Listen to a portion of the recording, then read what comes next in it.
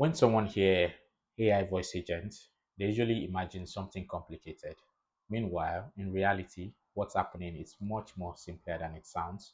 And this video is just about that. What actually happens when someone calls a business and an AI voice agent answers? Hey, I'm Olawale, and on this channel, I'll talk about how businesses uses AI and automation in simple, practical ways. Just how these things behave in real life situations, really. Most explanations of voice agents that I've seen focuses on what they are, and that's usually where things get confusing. What matters most is what they do and how they behave during a real call. So let's walk through that step by step. The simplest way to think about an AI voice agent is as a digital receptionist. Think of it as someone who answers the phone, listens to what the caller is saying, and based on that, moves the information forward, right? That's it. Here's the full flow before we break it down, right?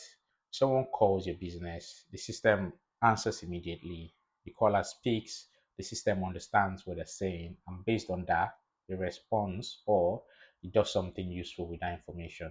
And this entire loops happen in seconds. Now, let's break this down step by step. Step one, the caller speaks. When someone talks to a voice agent, their voice is converted into text. And this is not new technology, by the way. It's called speech to text. It's the same idea as dictating a message on your phone, sending a voice note, or even using voice search. The system just needs the word in text form so it can better work with them. Step two, once the voice is converted into text, the system then looks at what the person is actually trying to do because not every call is the same.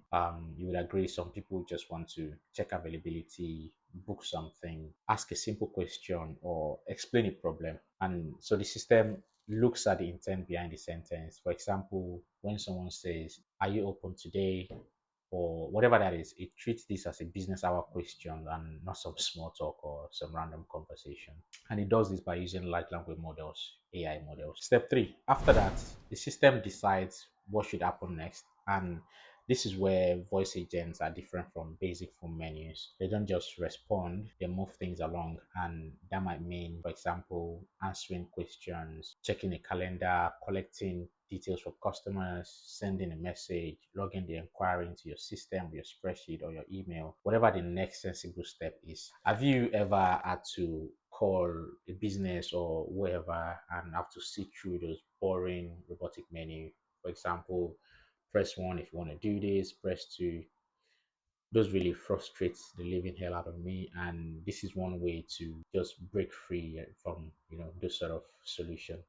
But anyway, moving on. Step four. Now let's talk about the voice behind the agent. Modern voice agent don't have to sound robotic at all. You might have seen this in my previous videos. They don't have one fixed tone either. The voice can be calm, it can be neutral, professional, friendly. You can also choose who the voice represents. I know businesses who also prefer, a clone of someone they know. So you could do that. You could use a clone voice of someone you know to represent your business. It's totally acceptable. So that choice depends entirely on how or what you want your business to sound like. For example, your business could sound like Gary, or could sound like Jenny, or could sound like you if you want. The important part of this whole thing isn't realism for its own sake.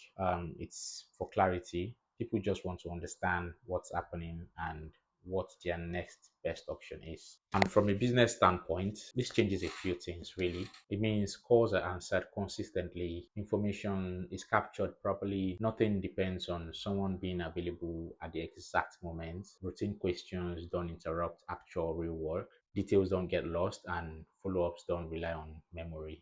And you agree with me that inside a business, a lot of time is usually spent on the same conversations like what's your opening hours, what's your availability, basic inquiries, FAQs. So when these are handled automatically, people can then go ahead and focus on tasks that actually require their attention. This is not because the work is better or worse, it's just different. And from the caller's perspective, the experience is straightforward. They call, they get an answer, they don't have to guess what to do next. That alone reduces friction. So a voice agent is not trying to impress anyone really. It doesn't replace judgment, it doesn't make decisions for the business. What it does is handle a defined set of interaction in a consistent way for the business. And That's the value. So the practical reality, someone calls, the system answers, he understands what's being asked, he responds or take actions. Nothing more than that. That is it on a high level. So if you want more videos like this, don't forget to hit the subscribe button.